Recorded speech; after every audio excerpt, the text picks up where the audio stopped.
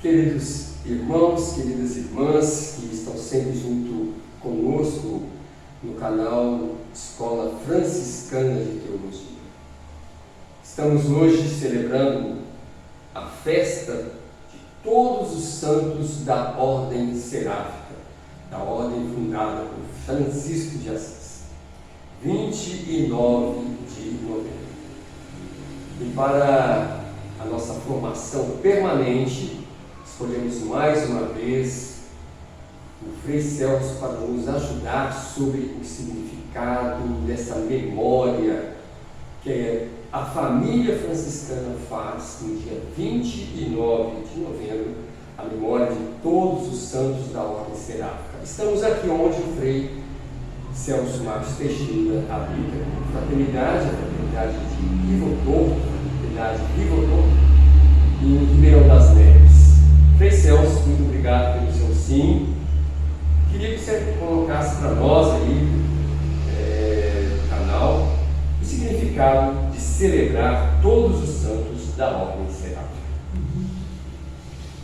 Bom, antes de falar de todos os santos da Ordem Seráfica, eu quero colocar um quadro mais geral, que é de todos os santos da Igreja. E poderíamos ainda até falar de todos os santos do mundo. Por quê? No nosso credo, que nós rezamos a cada domingo, nós temos lá, creio na comunhão dos santos. É a partir daí que nós devemos também compreender o que significa o ser santo, tudo isso. Muitas vezes nós pensamos o santo apenas aquele que foi canonizado pela Igreja. Mas recentemente, num documento, o Papa Francisco chama a atenção que santos somos todos nós, cristãos, batizados, todos nós chamados à santidade. E quando nós celebramos a festa de todos os santos, seja da Igreja, seja de todos os santos da Ordem, nós estamos lembrando exatamente daquela comunhão de todos os santos. Santos que já faleceram, que foram canonizados,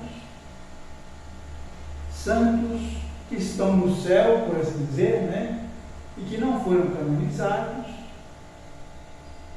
e também os santos da terra. Os santos que ainda estão vivendo, nós formamos essa comunhão, essa comunidade dos santos.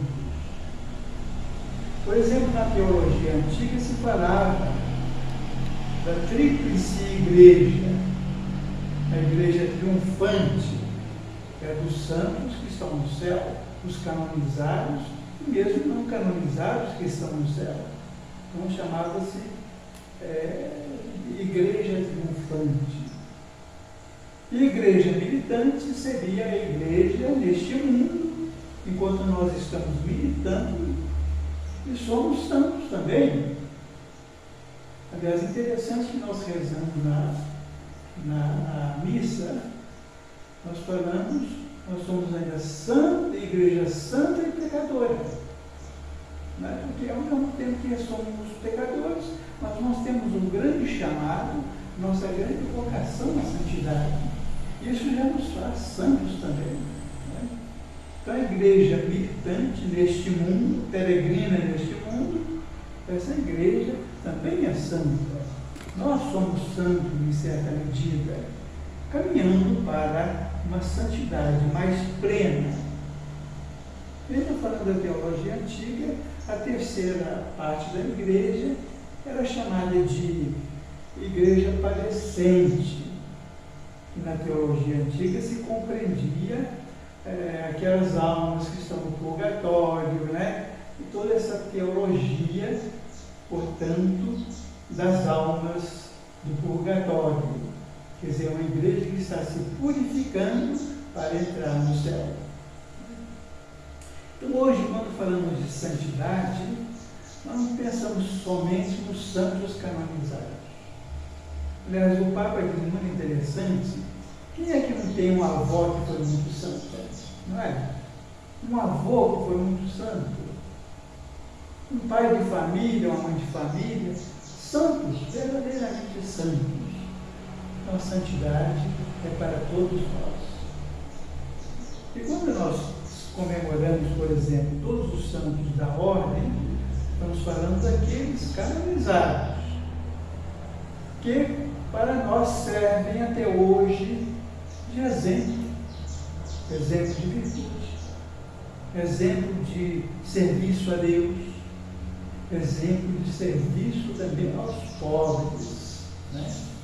São pessoas que passaram a sua vida fazendo o bem. Então, quando nós celebramos os santos da ordem, queremos lembrar de modo especial aqueles santos frades, irmãs também, porque a ordem franciscana ela não é só de homens, mas também compreende a ordem das clarisas, a UFS, santos leigos, né? E que participam da santidade de Deus, da santidade de Jesus Cristo. Então nós celebramos esses santos quando queremos falar de todos os santos e santas da ordem seráfica. Muito obrigado, Frei Celso, pela reflexão. E esse elemento franciscano dentro dessa celebração, porque tem outras espiritualidades. Como o senhor percebe essa contribuição específica dos franciscanos nessa manifestação da santidade da Igreja? Nós podemos dizer o seguinte, que São Francisco inaugurou dentro da Igreja uma espiritualidade muito própria. E essa espiritualidade própria ele transmitiu para a ordem seráfica. Quando falamos de ordem seráfica, nós abrangemos todos, né? Homens, mulheres, religiosos, leigos, né? Então, ele transmitiu essa espiritualidade para toda a ordem seráfica, como modelo de vida, modelo de santidade, né? Modelo de santidade. Então essa é a grande contribuição de São Francisco, que inaugura uma espiritualidade própria dentro da Igreja, um modelo específico de santidade. Uma santidade que não pensa só em louvar a Deus, claro, vai louvar a Deus, mas também vai focalizar muito o serviço aos pobres, porque é a santidade que está a serviço dos pobres, dos mais necessitados, né?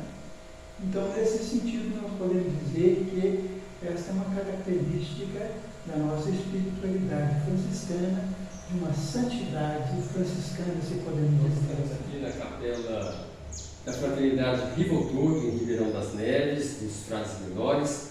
Frei Celso, o senhor habita nessa casa. Podia apresentar um pouquinho na festa de Todos os Santos, um pouquinho da capela da Fraternidade do Senhor? Então, primeiramente, vamos começar com esse ícone, né? Jesus Cristo, que é a fonte de santidade para todos os franciscanos, né? Então, aqui o Cristo, que é fonte de santidade para todos nós. Nós temos, então, agora, essa figura central, São Francisco.